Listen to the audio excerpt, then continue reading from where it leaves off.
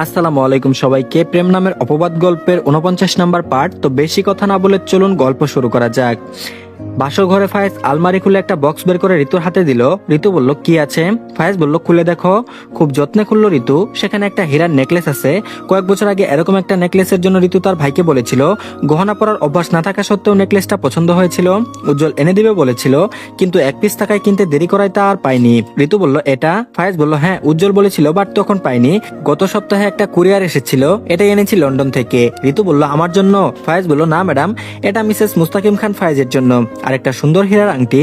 ফায়েজ সেটা তুললো, ঋতুর অনামিকা আঙ্গুলে পরিয়ে দিল, তারপর বলল, আমার গিফট। ফায়েজের এত দামি গিফটের কাছে ঋতুর সামান্য গিফটটা ফিকে মনে হলো। ফায়েজ বলল, কি হলো, দেন নাকি দিবেন না? ঋতু বলল, না আসলে। ফায়েজ বলল, আপনি যা দিবেন তাই অমূল্য, আমার কাছে এবার দেন তো। ঋতু মৃদু হেসে প্যাকেটটা দিল। ফায়েজ খুব ভালোবেসে প্যাকেটটা খুললো। সেখানে একটা দামি ব্র্যান্ডের ঘড়ি ছিল, সাথে সুন্দর পারফিউম। ঋতু বলল, আপনার পছন্দ হয়েছে? ফায়েজ বলল, খুব। তোমার দেওয়া 5 টাকার জিনিসও আমার কাছে অমূল্য, সেখানে এগুলোর দাম মিনিমাম 50,000-এর মতো। পছন্দ হবে না আবার? এই নেন, ঘড়িটা পরিয়ে দেন। ঋতু বলল, এখন? ফায়েজ বলল, হুম এখন। ঋতু পরিয়ে দিল ঘড়ি, তারপর বলল, চলুন নামাজ পড়বো, আল্লাহর কাছে শুকরিয়া আদায় করবো।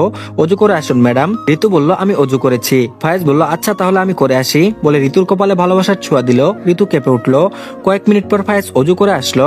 একসাথে দুজনে নামাজ আদায় করে আল্লাহর কাছে শুকরিয়া আদায় করলো। ফায়েজ ঋতুর কপালে আবারও ভালোবাসার ছোঁয়া দিল। ধীরে ধীরে সে ভালোবাসা গভীর থেকে গভীর হতে শুরু করলো। ফায়েজের ছোঁয়ায় বারবার কেঁপে উঠলো ঋতু। শক্ত করে জড়িয়ে ধরলো ফায়েজকে। ফায়েজ ঋতুকে আগলিয়ে নিল বুকের ভিতরে। দুটো মানবের ভালোবাসার পবিত্রতার সাক্ষী হলো এক অর্ধচাঁদ। আর এদিকে নাবিলার চোখে ঘুম নেই, বিছানায় এপাশ ওপাশ করছে। কি করে ঘুমাবে? মন যে তার অশান্ত আজ। চোখের সামনে বারবার ভেসে আসছে সেই মুহূর্তের দৃশ্য। দুপুরে হঠাৎ নাবিলার লেহেঙ্গার ফিতা খুলে যায়। নিজে নিজে পরে নিবে তারও উপায় নেই। ওয়াশরুমের আশেপাশে কেউ নেই। ইচ্ছে করছে তখন হাত পা ছুড়ে কাঁদতে। ওয়াশরুমের ভিতরে দাঁড়িয়ে বাহিরে বেশ কয়েকবার উকিঝুঁকি মেরেও যখন লাভ হলো না, তখন চোখের পানি টলমল করে উঠলো। হঠাৎ ঋষি বলে উঠলো, কি হয়েছে, এভাবে দাঁড়িয়ে আছিস কেন? হঠাৎ ঋষিকে দেখে চমকে উঠলো, সাথে ছিল লজ্জা। তারপর বলল, চুপ আছিস কেন, কি হয়েছে বল। নাবিলা বলল, কাউকে ডেকে দিবি? ঋষি বলল, কাকে ডাকবো বল, সবাই ছবি তুলছে, আমাকে বল। দেখ নাবিলা, আমার সাথে সব শেয়ার করতে পারিস, আমাদের বন্ধুত্বটা আগের মতোই আছে। ইতস্তত করে শেষমেশে নাবিলা বলল, লেহেঙ্গার ফিতা খুলে গেছে। ঋষি নাবিলার পিছনে গিয়ে দাঁড়ালো। চুল সরিয়ে দেখলো সত্যিই খুলে গেছে। ফিতা বাঁধার সময় ঋষির হাত কয়েকবার নাবিলার পিঠ ছুঁয়েছে। কাঁপছে নাবিলা। অবাধ্য কিছু অনুভূতি তখন মনের ভিতর নড়েচড়ে উঠছে বারবার। এদিকে নাবিলার পিঠের উপর কালো তিলটা সাদা চামড়ায় কালো হীরার মতো জ্বলছে। এতটাই চিকচিক করছে যে সামান্য একটা ফিতা বাঁধতে গিয়ে ঘামিনে একাকার হওয়ার মতো অবস্থা ঋষির। কয়েকবার ঢুক গিলে কোন রকম বেঁধে চলে আসলো সেখান থেকে। আর পিছু ফিরলো না। হয়তো ফিরে দেখলে নাবিলার অনুভূতির সাক্ষী হতে পারত। বারান্দায় হেঁটে চলছে। ঋষি যে নাবিলাকে ভালোবাসে ইদানিং বেশ বুঝতে পেরেছে। কোনো ছেলে নাবিলার পাশে বসলেও গা জ্বলে যায়। এতটা ভালো কি করে বাসলো ঠিক জানে না, তবে ভীষণ ভালোবাসে। আর এদিকে নীল ফারিহার কবরের পাশে বসে বলছে, আজ ঋতুর বিয়ে হয়েছে। বাসায় এক মামি আমার বিয়ের কথা বলতেছে। তারা কি জানে না আমার আমিটাই নরম মাটির নিচে শুয়ে আছি গত কয়েক মাস? জানে না, জানলে কেউ আমায় আবার আঘাত করতে আসতে পারতো না। নীল ফারিহার কবরের সামনে বসে কাঁদছে। আজও হাতে সাদা কোনো ফুল। প্রতিদিন একবার হলেও আসে, কোনোদিন মিস যায়নি। সারাদিনের সব কথা ফারিহাকে না বললে নাকি ভালোই লাগে না। তারপর আবারও বলল, জানো খুব আনন্দ করেছি, যখন আজ গান গেয়ে যাচ্ছিলাম আমি তোমাকে অনুভব করলাম। তুমি হাসছো, আমার সাথে নাচছো। এত তাড়াতাড়ি না গেলেও পারতে। সংসারটা বাধা হয়নি আজও। ছোট দুটো পায়ে কেউ হেঁটে আমায় বাবা বলে ডাকবে না আর কোনোদিনও। আমি এই অপেক্ষার শেষটুকু তোমার মাঝে বিলিয়ে দিতেও পারিনি। নীল আবারও বলল, জানো ফারিহা, ফায়েজ ভাই নিজেকে দোষারোপ করছে। কালকে আমাকে বলেছিল ওনার জন্য নাকি তুমি আর নেই। কি করে বোঝায় আমি এসব বিশ্বাস করি না। ওরা আমার কাছের মানুষকে মারতে চেয়েছে, সেটা তুমি না হলে ঋতু হতো, কিংবা অন্য কেউ। ওরা তো ঋতুকে নিয়ে গেছে, কিন্তু বাঁচিয়ে তো নিলাম, পারিনি তোমাকে আটকে রাখতে। তুমি কিন্তু আমার ভাই আর বোনকে দোষারোপ করবে না। ওদের ভালোবাসা আমাদের ভালোবাসা দিয়ে বাঁচিয়ে দিলাম। আমাদের ভালোবাসা ওদের মধ্যে বেঁচে থাকবে অমর হয়ে। আয়নার সামনে দাঁড়িয়ে নিজেকে বারবার খুঁটিয়ে দেখছে ঋতু। গলার কাঁধে লালচে দাগ। হাত বুলিয়ে দিতে রাতের সবকিছু যেন চোখের সামনে ভাসছে। লজ্জায় মুখ ঢেকে নিল। ওয়াশরুম থেকে টিপ টিপ পানির শব্দ কানে আসছে। একটু পরে ফায়েজ শাওয়ার নিয়ে বের হলো। ঋতুকে আয়নার সামনে আনমনে দাঁড়িয়ে নাল নীল হতে দেখে দুষ্ট হাসি হেসে পিছন থেকে জড়িয়ে ধরলো। আচমকা স্পর্শ পেতেই দিবারাতের স্বপ্ন ভাটা পড়লো। চমকে ঘাড় ঘুরিয়ে নিতে গিয়েও নিতে পারলো না। তার আগে চোখ যায় আয়নার দিকে। ফায়েজ বলল, কি ম্যাডাম, রাতের কথা ভেবে এখনো এত ব্লাশ করছেন? আরেকটু আদর কি চাই? ঋতু বলল, অসভ্য লোক আপনি, এতটা ঠুটকাটা আগে তো জানতাম না। ফায়েজ জোর করে হেসে উঠলো। আর একটু শক্ত করে জড়িয়ে ধরলো ঋতুকে। নিজের থুতনি রাখলো ঋতুর খোলা চুলের কাঁধের ভাঁজে। তারপর বলল, তা কখন জানলেন? কাল রাতে আদরের সময়। ঋতু বলল, এটা আদর? ফায়েজ বলল, হুম, তা নয়তো কি? ঋতু বলল, অত্যাচার। ফায়েজ বলল, কি, আমার ভালোবাসা আপনার কাছে অত্যাচার মনে হলো? বলে মিথ্যে মিথ্যে অভিমান করে ঋতুকে ছেড়ে গিয়ে দূরে দাঁড়ালো। ঋতু সামনে দাঁড়িয়ে গলার দিকে ইশারা করে বলল, দেখুন কি করেছেন, এটা কি আদর বলে? আপনার ভালোবাসার এমন অত্যাচার আমি নিচে যাব কি করে? ফায়েজ বলল এটাকে লাভ বাইট বলে ঋতুকে কাল রাতে দেওয়া হীরার নেকলেসটা পরিয়ে দিল ফায়েজ। তারপর বলল আমার চাঁদের কলঙ্ক আমি ঢেকে দিলাম হীরা মুক্তা দিয়ে, তবে এমন ভালোবাসাময় অত্যাচার আজীবন চলবে মিসেস মুস্তাকিম খান ফায়েজ। অদৃশ্যে কপাল চাপড়িয়ে নিলে ঋতু।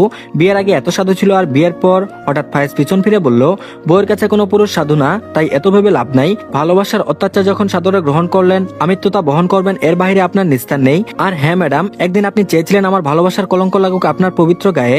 গতকাল রাতে আমি কলঙ্ক লেপটিয়ে দিলাম আপনার সারা অঙ্গে, পবিত্র কলঙ্ক। সে রাতের চুপি চুপি রুমে এসে বলা কথা ফায়েজ জানতো ভেবে ইচ্ছে করলো সে মুহূর্তেই মরে যেতে।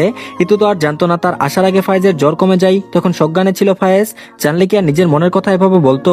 অনায়াসে বলতে পারতো তখন? কখনো পারতো না। এ যেমন এখনো পারবে না, হয়তো লজ্জায়, নয়তো কিছু জিনিস গোপনেই সুন্দর। আর এদিকে কেটে গেল কয়েক মাস, আবারও আকাশ জুড়ে বৃষ্টি নামলো, ভিজলো শহর, ভিজলো গ্রাম। কারো মনে বৃষ্টি প্রেমের বার্তা নিয়ে এলো, আবার কারো দুঃখের শরিক হলো। তুলি রিক্সা দিয়ে যাওয়ার সময় হঠাৎ চোখ গেল কবরস্থানে নীলের মতো দেখতে কাউকে। ইদানিং নীল প্রচন্ড ব্যস্ত। মাসদের আগে নবনির্বাচিত এমপি পদে জয়ী হয়েছেন, সে থেকে এতটাই ব্যস্ত যে আজকাল ভার্সিটির গেট পার করে না। দীর্ঘ 6 মাস আর যায়নি। কাদের মোল্লাকে ফাঁসি দেওয়া হয়েছে, তবে সমীর আহমেদ যাবজ্জীবন কারাদণ্ডে রয়েছে। নীল নাকি চাইনি ওনার ফাঁসি হোক, মৃত্যুর যন্ত্রণা দেখতে চাই। লতিফ সর্দারের বিচার দেশ ও দেশের বাইরে 2 জায়গায় হলো। যেহেতু সে বাংলাদেশি আবার বিদেশের মাটিতে মাফিয়া, তাই তার বিচারের শেষ নেই। আর না আছে নতুন মামলার শেষ। এই 8 মাসে কেউ তার সাথে দেখা করতে যায়নি। তিশার বিয়ে হয়েছে কিছুদিন আগে, অপেক্ষা করে লাভ কি? একদিকে ভালোবাসার মানুষটি অন্য কারো, অন্যদিকে বাবা একজন ক্রিমিনাল। কোনো ভালো ঘরে কি বিয়ে হবে তাহলে? এই ভয়ে নিশার প্রাণ যাই অবস্থা। জামশেদ তালুকদারের ভাগ্নি বলে হয়তো ভালো ঘর পেয়েছে, ভালো বড় পেয়েছে, নয়তো অকারণে মেয়েটার জীবনটাও নষ্ট হতো সমাজের আঙ্গুলের কারণে। ঢাকা শহরে থাকে না, সিলেটে চলে গেছে, বাকি পড়াশোনা সেখানে হবে। তামিম আর মামুনি মাকে নিয়ে আসেছে। তুলি তো আছে, যে আজও নীলের অপেক্ষায় প্রহর গুনে যায়।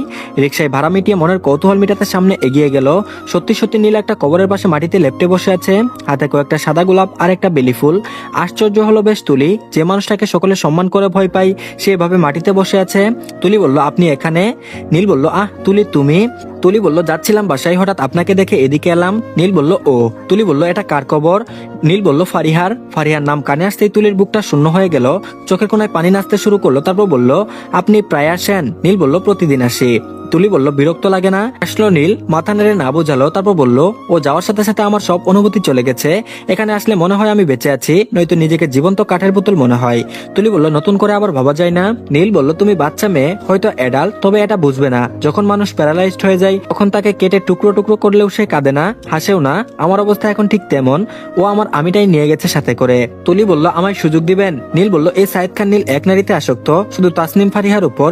পৃথিবীর আর কোন নারীর মধ্যে এই নীল তার বেঁচে থাকার অক্সিজেন খুঁজে পায়নি, আর পাবে না। আমার জন্য অপেক্ষা করে কষ্টের অংশীদার হয়েও না তুলি, জীবন অনেক দূর যাবে তোমার। তুলি বলল আর আপনার?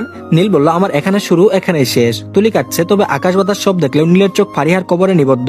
খুব চেয়েছিল নীল একবার তাকিয়ে দেখুক তুলিকে। কত মানুষ তো দ্বিতীয়বার গুছিয়ে নাই, তবে নীল কেন চায় না? ফারিহা সত্যি ভাগ্যবতী, নইলে কি মরেও ভালোবাসার মানুষকে নিজের করে রেখে দিতে পারে? আর এদিকে রেজাল্ট দিয়েছে, এত ঝড়ঝাপটাই বেশ ভালো রেজাল্ট হয়েছে তাদের 4 জনের। ঋতুর বিয়ের পর নাবিলা ঋষিকে নিজের সাথে অ্যাক্সিডেন্টলি বিয়ে সব খুলে বলেছে। সে সাথে ঋষির প্রতি সে অনুভূতি অনুভব করে, তাও কিন্তু ঋষিকে বলার সাহস করে আর কুলিয়ে উঠতে পারে না। তারপর ঋতু বলল এই তোদের প্ল্যান কি? রোহান বলল আমি তো কক্সবাজার যাব, স্টুডেন্টদের ছুটি আর সবে রেজাল্ট দিল, ভর্তির আগে চলে আসবো। তুই কি করবি? ঋতু বলল জানি না, তবে শুনেছি গ্রামে ঘুরতে যাব। আর তোদের কি খবর? নাবিলা বলল আমার কোনো খবর নেই ইয়ার, বাসায় বন্দি। বাবা মামি রোহানকে অনুমতি দিয়েছে, কিন্তু আমি পাইনি। রোহান বলল থাক বোন কাঁদিস না, কক্সবাজার থেকে আসার সময় চকলেট আর আচার নিয়ে আসবো তোর জন্য। তারপর বলল আর তোর কি খবর? ঋষি আনমনে কি জানি ভাবছে, মেকি এসে বলল তোদের একটা কথা বলা হয়নি। সবাই বলল কি? ঋষি বলল আমি ফার্স্ট ইয়ারে যে স্কলারশিপের জন্য আবেদন করলাম মনে আছে? সবাই বলল মনে আছে, নাবিলাও করেছে। ঋষি বলল হ্যাঁ, তবে আমাদের ভার্সিটি থেকে প্রতি ডিপার্টমেন্ট থেকে একজন করে পাবে শুনলাম। ঋষি বলল আমিও পেয়েছি, গতকাল রাতে ইমেল এসেছে। ঋষি সেদিন যতটা আগ্রহ করে স্কলারশিপে আবেদন করেছিল, আজ যেন সে আনন্দের রেস্টটুকু নেই। গত বছর যখন স্কলারশিপে আবেদন করে তখন নাবিলা হেসে হেসে বলল আমি না হয় তুই একজন পেলেই হলো, তবে চকলেট যেন প্রতি মাসে সবার জন্য আসে। রোহানের বাইরে যাওয়ার এত আগ্রহ নেই, ফারিহা এত টাকা খরচ করার মতো সামর্থ্য নেই, বিদেশে এসবে কোনো কালে ছিল না। ঋতুর তো বাংলাদেশে দেখা বাকি, এখানে সে বিদেশে দেখে কি করবে? পরিবারের কাছাকাছি থাকাই ভালো তার মতে। নাবিলাও যদি ঋষির সাথে মজা করে আবেদন করেছিল, তবে ঋষির ছোটকালের স্বপ্ন বিদেশে গিয়ে পড়া, চাইলে টাকা দিয়ে পড়তে পারতো, কিন্তু সে কখনো চাইনি টাকা দিয়ে যোগ্যতা তৈরি করে নিতে। তারপর বলল ভালো তো, তোর ইচ্ছে পূরণ হলো। এটুকু বলতে নাবিলার ভিতরটা জ্বলে গেল, মনে হলো কেউ এসিড ঢেলে দিয়েছে তার কলিজাকে ফ্রাই করে খাবে বলে। ঋষি বলল রোহান বলল তোর মন খারাপ? ঋষি বলল না ভাই, তোদেরকে মিস করবো। সবাই সবাই বলল আমরাও তোকে মিস করবো রে। সবাই আবারও বলল ফ্লাইট কবে। ঋষি নাবিলার দিকে তাকালো, মেয়েটার গলা কাঁপছে মনে হলো, তবুও নিজেকে সামলিয়ে বলল আগামী মাসের 10 তারিখ। ঋতু বলল প্রতি বছর তো আসবি তাই না? ঋষি বলল না রে ঋতু, 4 বছর পর আসবো, তখন তোরাও মাস্টার শেষ করে ফেলবি। ঋতু বলল এতদিনে আমাদের ভুলে যাবি না তো? ঋষি বলল সব ভুলার নয়, আর তোদেরকে তো কোনোদিনও না। ঋতু বলল শুনেছি বিদেশে গেলে নাকি ফিরতে মন চায় না। ঋষি বলল দেশে আমার মূল্যবান সম্পদ রেখে যাব, না ফিরে উপায় আছে কি? ঋতু আর রোহান উঠে গেল কফি আনার নাম করে। বসে আছে নাবিলা আর ঋষি, দুজনে চুপচাপ। তারপর বলল দেখ হাদারামগুলো বসে আছে, দুটোকে ভালোবাসে তাও বলে না। রোহান বলল তুই দেখি বিয়ের পর ভালোবাসার পিএইচডি করে ফেললি। ফায়াজ স্যার কি আজকাল ভালোবাসার ক্লাসও ভালো করে নেয় নাকি? ঋতু বলল হুম চল কফি আনি, এরা কিছু পারলেই হলো। ঋষি বলল আমি চলে গেলে অপেক্ষা করবি তো? নাবিলা বলল কেন? ঋষি বলল এমনি। নাবিলা বলল ভালোবাসিস আমায়? ঋষি বলল না তেমন কিছু না। আবারও নীরবতা। নাবিলা বলল আমাদের কথা হবে তো? ঋষি বলল হয়তো সময় পেলে। ঋষি আবারও বলল নাবু। নাবিলা বলল হুম। ঋষি বলল আমি চাই যেদিন আমি দেশে ফিরবো সেদিন তুই আমার দেওয়া শাড়িটা পরে অপেক্ষা করবি। নাবিলা আর কিছু বলতে পারলো না, এর মধ্যে ঋতু আর রোহান কফি নিয়ে চলে এসেছে। 4 বন্ধু বেশ আড্ডা দিল। ফারিহার কবরের সামনে গিয়ে ঋষি নাবিলার বিয়ের ব্যাপারে, ঋতুর রেজাল্টের খবর, এমনকি ঋষির স্কলারশিপের কথাও বলল। প্রতি মাসে একবার করে এসে বান্ধবীকে সব বলে ওরা। ফারিহা নেই, তবুও বেঁচে আছে 4 জনের মধ্যে। ভালো খারাপ কিছু যেন বাদ যায়নি ফারিহাকে বলা থেকে। তাদের বিশ্বাস মৃত মানুষের আত্মা মুক্ত, আর ফারিহার আত্মাও মুক্ত, তাই সকল কথা ফারিহাকে বলা যায়। এটা এক ধরনের মনের অনুভূতি। তো ধন্যবাদ সবাইকে। আর মাত্র একটি পার্ট বাকি আছে, তো সেটাও দিয়ে দেওয়া হয়েছে, তো সবাই দেখে নেবেন। আর ইনশাল্লাহ এটা শেষ হলে নতুন গল্প আসবে, তো সবাই অপেক্ষা করবেন নতুন গল্পের জন্য।